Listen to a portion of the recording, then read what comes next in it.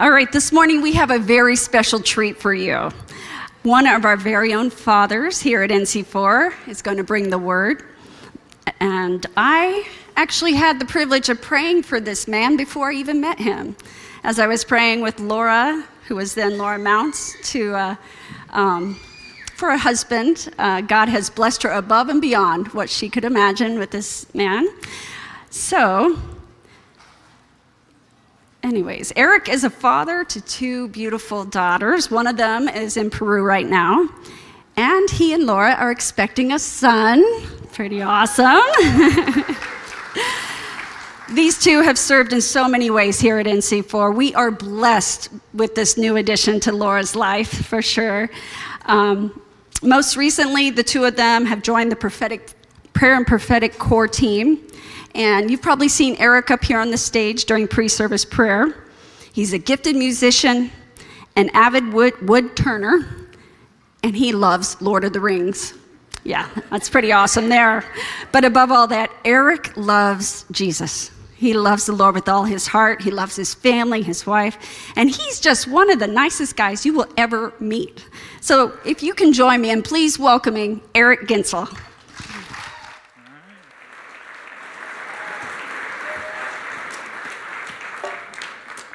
All right, well, good morning. So first and foremost, happy Father's Day. I'd like to just pray a blessing over all the fathers in the room and watching online. May his favor rest on you as you seek him today. May the joy and peace be yours as you receive your fatherly awards of coffee mugs and unidentifiable family portraits, which there should be some coming up right here. Now, this particular artist is actually here in the front row. I don't know what I'm holding there. And then the little one down there, she's in Peru right now serving. But anyway, these are some of my, and you know, you as fathers, you look at these things and like, they are the most wonderful things that you could possibly, this is the treasures. It's not the tie tacks, because I don't even wear ties. It's not the ties, it's not the coffee mugs. It's these amazingly horrifying pictures. But they bring me so much joy.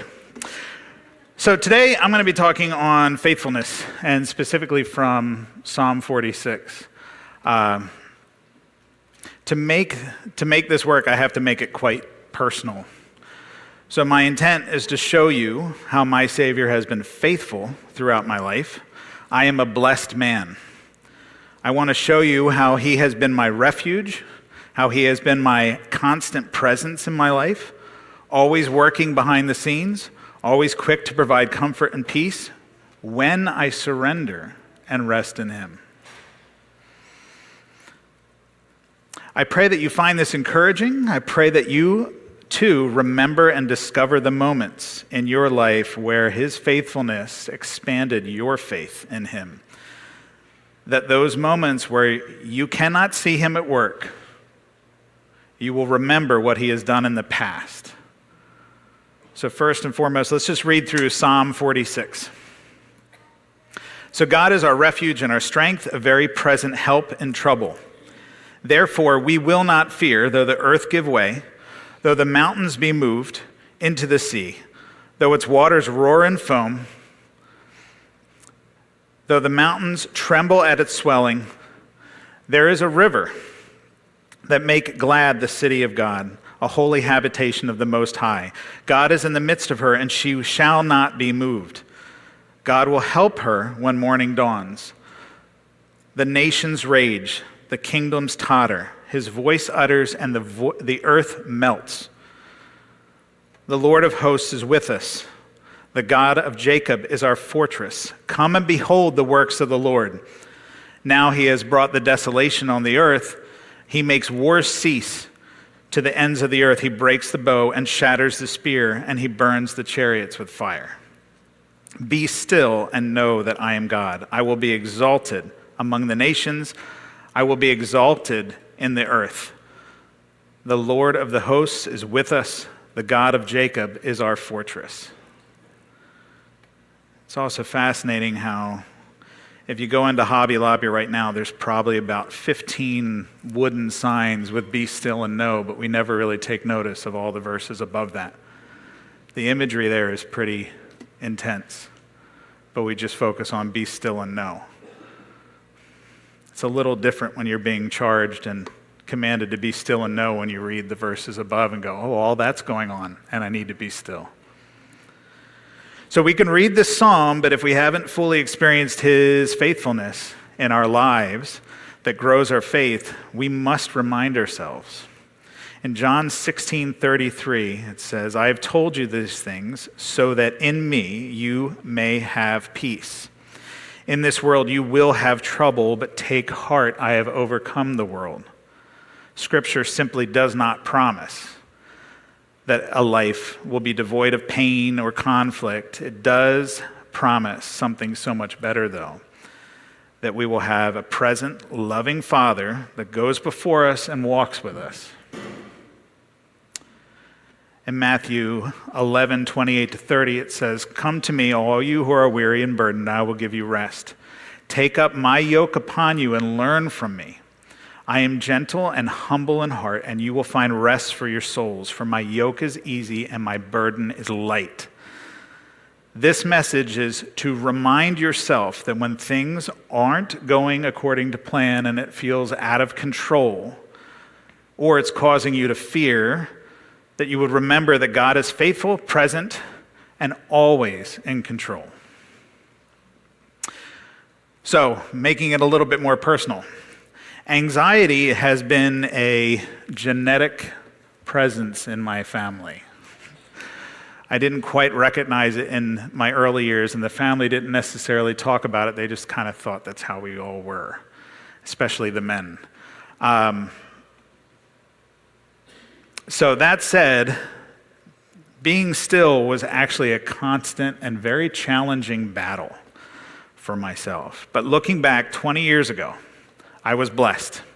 Typically overcame all my challenges. I pushed a few years. Within a few years, I went from earning $8 an hour right after college, and I fought to get $8.35. And that job took 5 interviews. Anyway, and I went from $8 an hour to being a subject matter expert. I was well paid. I was relied upon. I was married right after college, and I was a homeowner at age 22 with a job that only paid $8 an hour. We had 2 smart and beautiful girls, but I was apathetic. I didn't appreciate how blessed I was. I didn't recognize it. So as challenges and afflictions began to enter my life, that anxiety that I was talking to you about, it got stronger. It led to circular thinking and all these other problems as you've been through, counseling or therapy. You probably know all these words. I began to predict and look forward to future afflictions and things that would bring tragedy. My comfort and security actually became an idol. So I did everything that I could, striving to preserve my life as it was. I failed. I tried and I tried to hold the pieces of my life together, but I was not enough, and my strength was not enough, and my world was falling apart. So I pressed into the Lord out of desperation. He was present with me. He did bring peace when I would let him. But all the tragedies came anyway.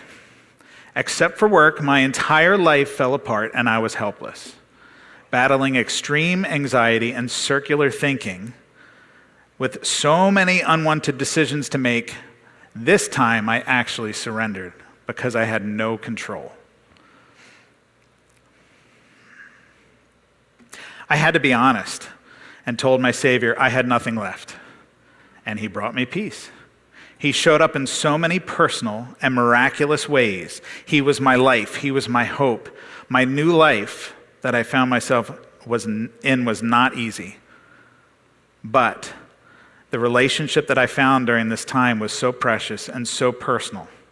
I still look back on this time with fondness. I lived on your yoke is easy. I remember I would ask, Father, do I pick this up? When something would happen, when there'd be some new challenge. Father, do I pick this up? And most of the time he would say, give that to me. You're not to act. And then sometimes he would say, we are going to do this, and we're going to do this together. I loved that God became my safe place. No one could take this. It was sacred, and he was my refuge. So, verse 1 says, God is our refuge and our strength and a very present help in trouble. Personal trials, grief, fear, uncertainty, his presence is more than a concept, it's an anchor. A very present, close at hand, like he never left. So I mentioned that my career was still fine. I had transferred to another department. I obtained a job that everybody wanted and envied. It was fun as I'd explain what I did for a living. People would be like, you get to do that and you get paid for that? I would travel the world. I would bring people to exotic locations. I got to see the northern lights in Iceland. I got to feed bananas to a troop of spider monkeys in Costa Rica. And I'm still saying I got paid for this job. But years later, the industry died. The pressure came on and the work environment became toxic. 75% of the staff were all on severe antidepressants because of the amount of pressure. Layoff after layoff after layoff. I think I survived 6. The pressure of the situation was so intense that all the anxiety and circular thinking came back. But this time, I forgot my Lord. This time I placed barriers between me and God. There was sin in my life. There was idols in my life. And there was barriers. He was there. He was patient. I begged him for refuge, but my life was full of distractions. There was fear over failing and not being able to provide for my girls. I was a single dad. I got 2 daughters. How am I going to do this? I'm typecast. I know one thing, and that's consumer electronics and photography. This is what I know how to do. What am I going to do? I know nothing else. I begged God to be my refuge. I cried out, but I was actually trapped in a job because of odd circumstances, so I couldn't even quit. I couldn't look for something else. I was actually trapped in that job. It began to get so severe, and even the circular thinking and other things, and just trying to find a way out, that unfortunately the enemy began to win, and even suicidal thoughts began to creep in. All this, and I knew the Lord before. I leaned on him before, but I allowed myself to forget what he did previously, and then found myself in this ridiculous situation, and I didn't learn from what I had learned from before because I forgot. So then God did answer. The company was sold. 8 months later, in 2020, only 8 people remained, and I was not one of them. And it was an answer to prayer. So I pressed in, I opened my hands, and I let God begin to take the things that were blocking our relationship out of my hand. I let him remove those things and point at them and say, I want that, I want this, and I stopped arguing with him. You know that. That's what stops the conversation. I ask God to come, I open the door, he's there. I can't see him because I'm holding all these things like, you're going to touch this, and I don't want you to touch that. You're going to try to take this from me, and I don't want you to take this from me. He's still talking. I can't hear him because of what I'm putting in the way. He began to speak to me about how I placed all my security in my career. I never really had to borrow money from people. Like my brother had to constantly ask for cars and stuff like this. He might be watching, so I got to be careful. But like, he lived at home after college and needed a few other things. Now he's successful. He has a family of 4 kids, and he's on a school board, and he sings and leads his worship team at a mega church in Lancaster, and doing fantastic. And he's an admirable man. I needed to say that just because of the previous. But I took pride, and it was pride. It was gross. I was like, but I'm doing fine because I never needed to ask for help. I'm doing fine because I had this. I'm doing fine because of that. All of a sudden, I'm in this position where I have no job. So, but the amazing part is this time I remained dependent upon him. This time I left those doors open. And it was interesting, in my time journaling during those moments, I actually, and I'll talk about this later, but me and Laura were actually going through and reviewing things or just looking back on things that God had told us. And there was this reference to her that I never knew. And he specifically said, when the void is ready, I will bring her. I remember writing that in my journal and having no idea what that was about. That's her. And I needed to remove the crap from my life so that he could make that space for her to actually enter in.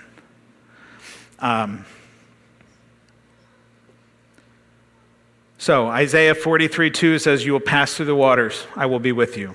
When you pass through the rivers, they will not sweep over you. When you walk through fire, you will not be burned. The flames will not set you ablaze.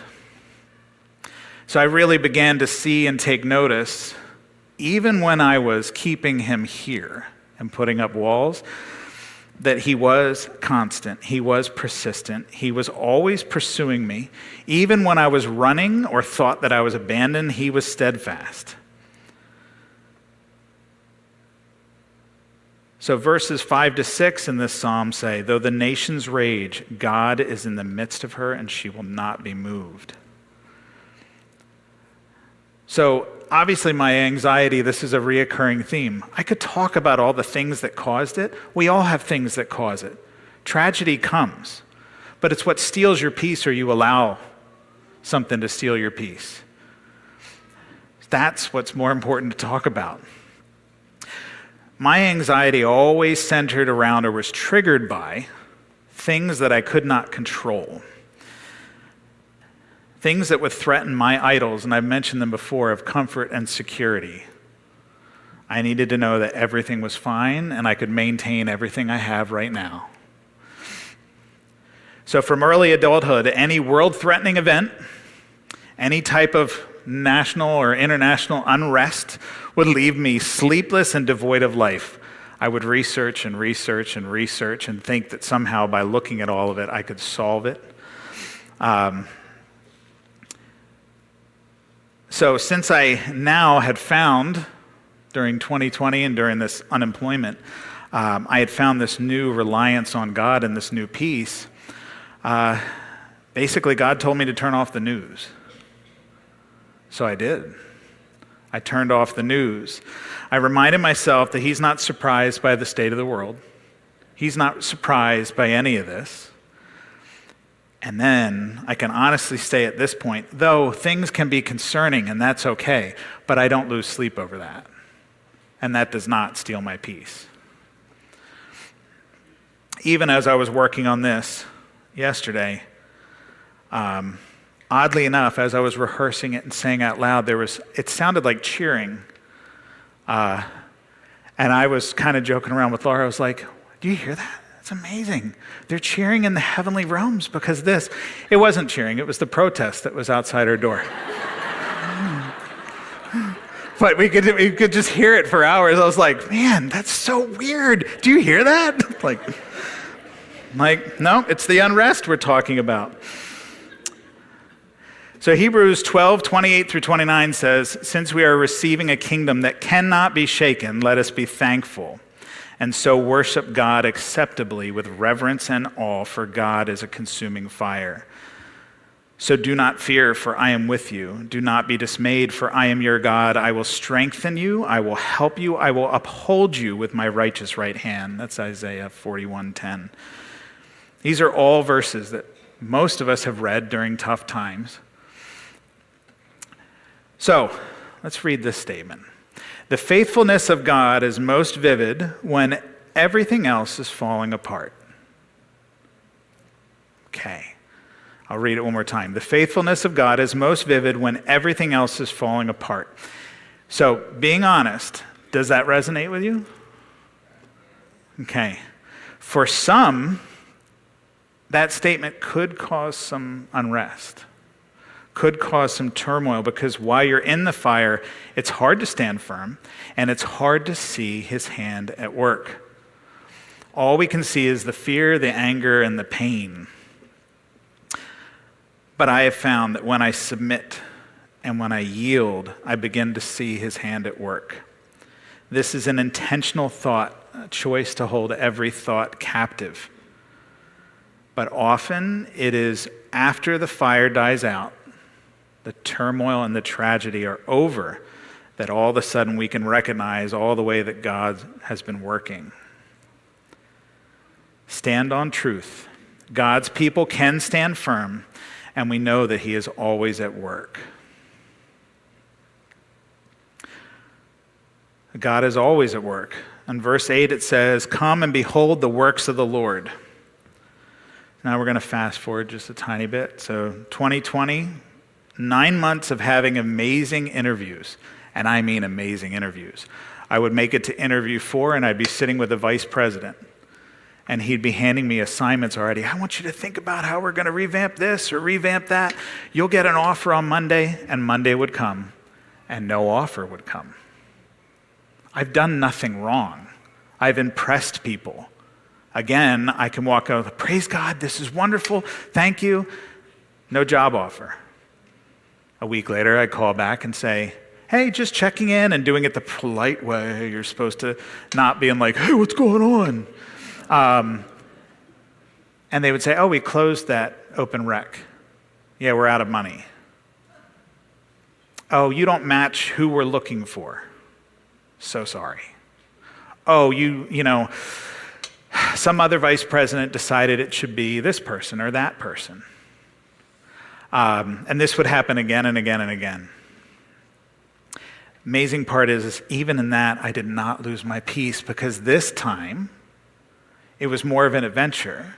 This time, my yoke is easy and my burden is light, and he was carrying it with me.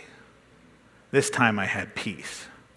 Compared to how I did it last time and how I did it that season that I explained earlier, that was like a good 6 years of not sleeping and being tormented all the time. Why did I let that go for 6 years?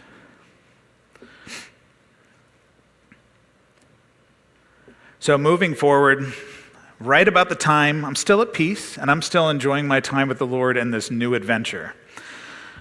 Right at the time, I'm beginning to run out of money. I'm not a saver. I'm not great with money. I'm not terrible with money. I had no, didn't open any new credit cards or whatever, but not a saver. But God had provided. Even with that company closing, I had enough in severance, and then I wasn't getting unemployment, and then suddenly it showed up in one lump sum for like 14 grand. And it was like, oh, well, there's another 3 months or whatever. Like, because we were going bare bones. I was like, we can make this work. It's going to be fine. But even all that, it was like, okay, Lord, now we're running out. I got to do something, and I'm not getting anywhere. And a great friend said, you just need to work. I was like, I'm trying. He's like, no, man, you just need to get to work.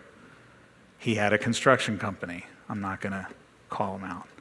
And he was like, just come work with me.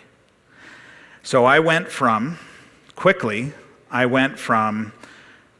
corporate travel, spreadsheets, KPIs, all these weird letter combinations of stuff, and 6-month and 2-year plans, and how you're going to do this. I'm watching none of them happen because market changes and whatever.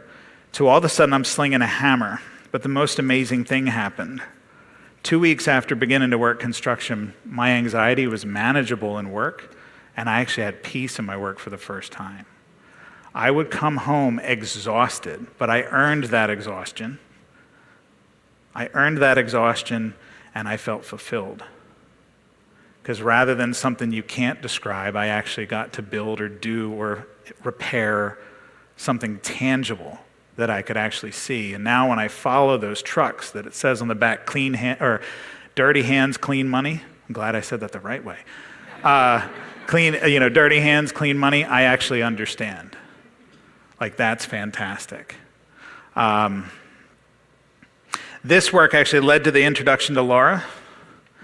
I remember I walked into this church the first time several years ago, looked over, and somebody, "So you're here, do you want to meet her?" And I had already picked her out. I said, "I bet you that's her." I said, "Lord, I hope that's her." And it was. 8 months later, we were married.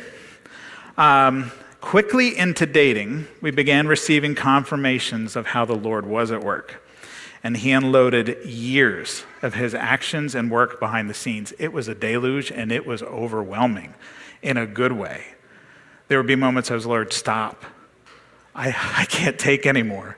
Like, I'm done crying. You just keep showing me more and more of what you were doing, even when I thought nothing was happening." So, I will share one of them, because it's pretty spectacular. So when I say God's at work even when you don't recognize it, here's a specific. So sitting right here in this church, so this is 8 years before Laura had met me. She was in a slightly rough patch, and I do have permission to say all this.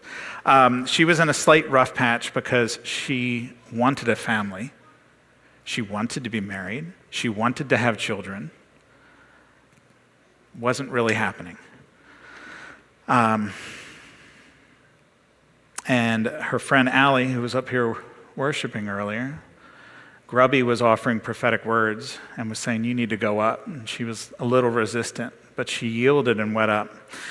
And Grubby gave her a prophetic word about her future husband and said all these amazing things about what the marriage would be like, which obviously brought up the hope in her and reinstilled that. But then he charged her with an action. He said, "Your future husband is in trouble, and you need to specifically pray in the Spirit. He needs your prayers now." When we looked back at the timeline, the correlation for when he told her to pray for me was exactly when everything blew up. It was such a precious moment when we're sitting there on the couch and we're doing the timelines and unloading our histories and stuff like that. And we're like, "Wait, what?" Like, wow, you were praying for me specifically at that moment. God works all things for the good of those who love him. Romans 8:28, which just so happens to be the verse of the day as well. So behind every chaos is a God quietly working towards redemption and peace. For those of us facing tragedy, this statement can bring questions, frustrations, maybe even anger. But I urge you to be honest with the Lord. Ask him to show you where he is working and look for the fingerprints. Not just in big miracles, but in quiet mercies. Seek and you will find. But if your eyes are focused on the waves, you may miss the evidence of his coming rescue. As I said, I am a blessed man, and all of this blessing is coming from the pursuit of his rest. So stop striving, calm your spirit, calm your mind, and focus on his promises and work in your life. And most importantly, you have to be still. So verse 10 is the one we hinge everything on this. We don't really pay attention to the beginning of the chapter. Be still and know that I am God. So in all the tragedies and whatever that I referenced above, I can clearly remember people saying to me, and these are good people. This was church family. This was friends. People saying, "You are justified. You must take action. You're allowed to be angry. You need to defend yourself. Why are you doing nothing?" And God would say, "Be still." God would say, "Be still because I am judge." God would say, "Be still. Do not defend because I am your defense." The blessing I now find myself in is because I was still. And let me be clear, the Father does bring beauty from ashes, and he does restore. I have an abundant life. He brought me into a life that I could not imagine.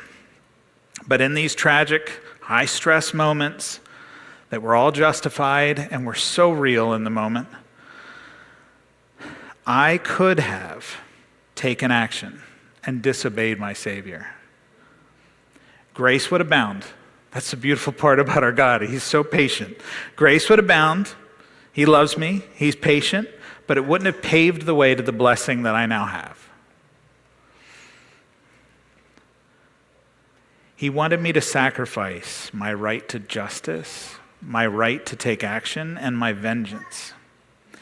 In the beginning of the psalm, it shows the tension, it shows the turmoil, but it states a command, and it is a command. It's not a fun, pretty placard to hang on your wall.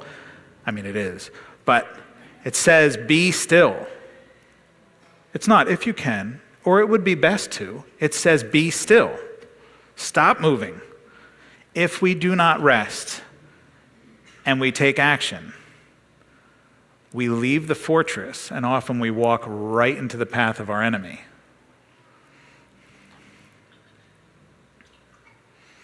I'm not saying that action is never required.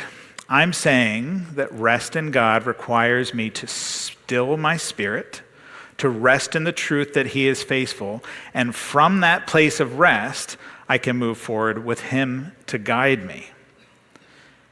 And it does not mean it will be comfortable, but it can be filled with peace. Following His guidance will lead to a life, and a life more abundant. The peace of the Lord is often referenced as a dove. I remember a sermon at one point, Pastor Bill Johnson, California, whatever, he was talking about if a dove were to come and land on your shoulder, how would you move? And he says each step would be with the dove in mind, being cautious to not lose that precious thing that you found. So running out of the fortress to take action because everybody says you're doing nothing probably will scare that away. The Lord your God will fight for you. You only need to be still. Exodus 14:14. Lamentations 3:22 to 23. His mercies never come to an end. They are new every morning. For God alone, O my soul, I wait in silence, for my hope is from Him. Psalm 62:5. So we just wrapped up a whole series on James, and I remember Ian talking about specifically James 1:2 through 4, and how that verse sounds so challenging. Count it all as joy, my brothers, when you meet trials of various kinds, because you know that the testing of your faith produces steadfastness. Let steadfastness have its full effect, that you may be perfect and complete, lacking in nothing. Well, if you look at that verse in the concept of what we just spoke about in the psalm here, if we lack in nothing, it's because He is faithful. We are steadfast when we don't control and we just rest. So a lot of times it's like we think, oh, we are steadfast. That sounds like action. No, that sounds like rest. That sounds like trust, and that sounds like letting Him control and me saying, you got this, tell me what to do. Tell me when to move, tell me when to act, otherwise I'm doing nothing. So even in waiting, even in mourning, even in suffering, even in anger, steadfastness only exists because He is faithful. So I can clearly say that I am so glad that I walked through fire. Allie mentioned earlier this morning that she's not who she was because of what she walked through. It's exactly what I'm talking about here. I'm so glad that I walked through fire. I'm so glad for my trials. Now, I would not have said that when I was in them. I was trying to find a way out, even desperate ways out.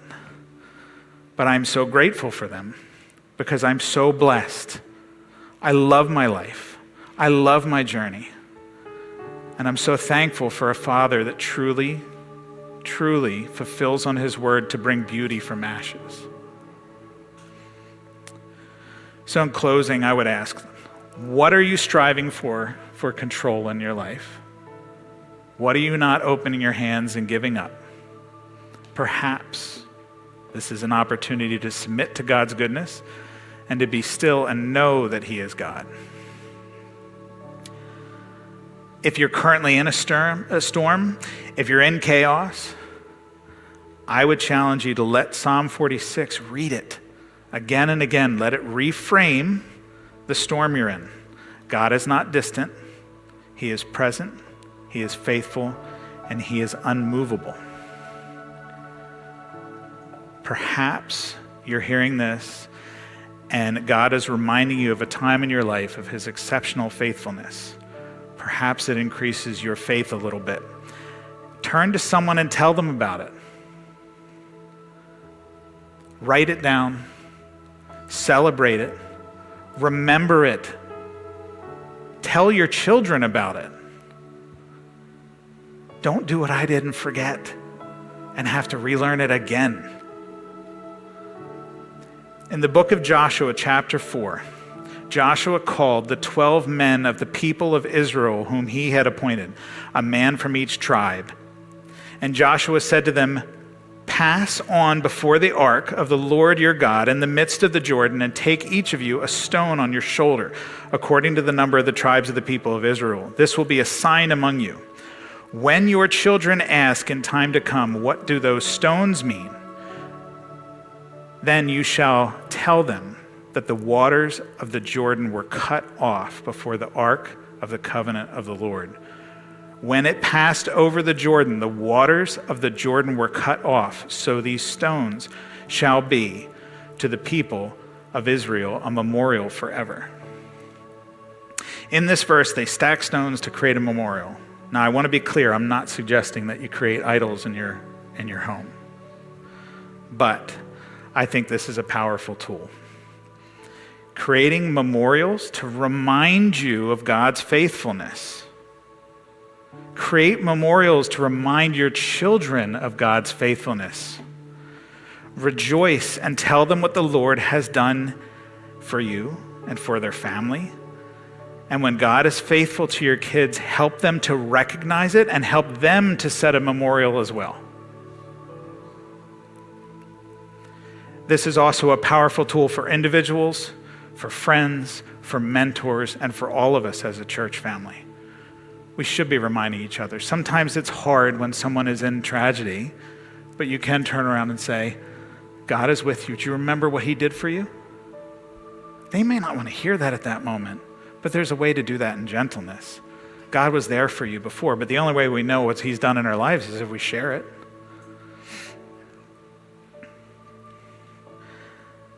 The house that remembers the faithfulness of God will be a house of peace and rest regardless of the weather outside. So I'd like to invite the prayer team up. So perhaps you're hearing this and you're not at peace.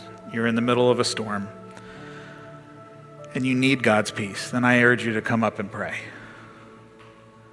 If you're someone who is struggling with anxiety like I have, sleepless nights, constantly stuck in thought patterns that you just cannot break out of, I urge you to come up and get prayer because there's rest for your mind and your spirit today.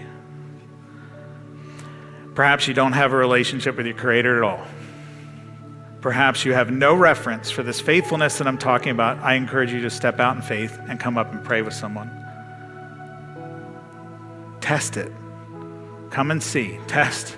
The Lord is good. If you ask Him, He will show up. So let's pray. Lord, thank You for Your work on the cross. Thank You for Your ultimate restoration that welcomes us as sons and daughters back to Your side. Thank You that You are steadfast and You never stop working.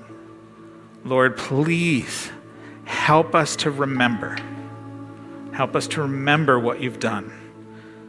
And help us to be oh so much more vocal about it. Remind our souls of who You are, and most importantly, who we are now because of Your sacrifice. So with that, I urge you, go and be blessed, and fathers, enjoy all your stuff. Ladies and gentlemen, thank you so much for being part of our online community today. We hope that you felt the love of Jesus throughout our time of worship and teaching. Now, if you made a commitment to follow Jesus, then we invite you to text the word Jesus to 610-816-6062, and we'll make sure that you get an info packet on the next steps that you can take to get to know Jesus better and his life-changing power and work in your life. We also want to invite you to follow, subscribe, and connect with us on social media, and to contact us directly if you have any questions. Again, thank you so much for being part of NC4 today. Be blessed, and we'll see you next time.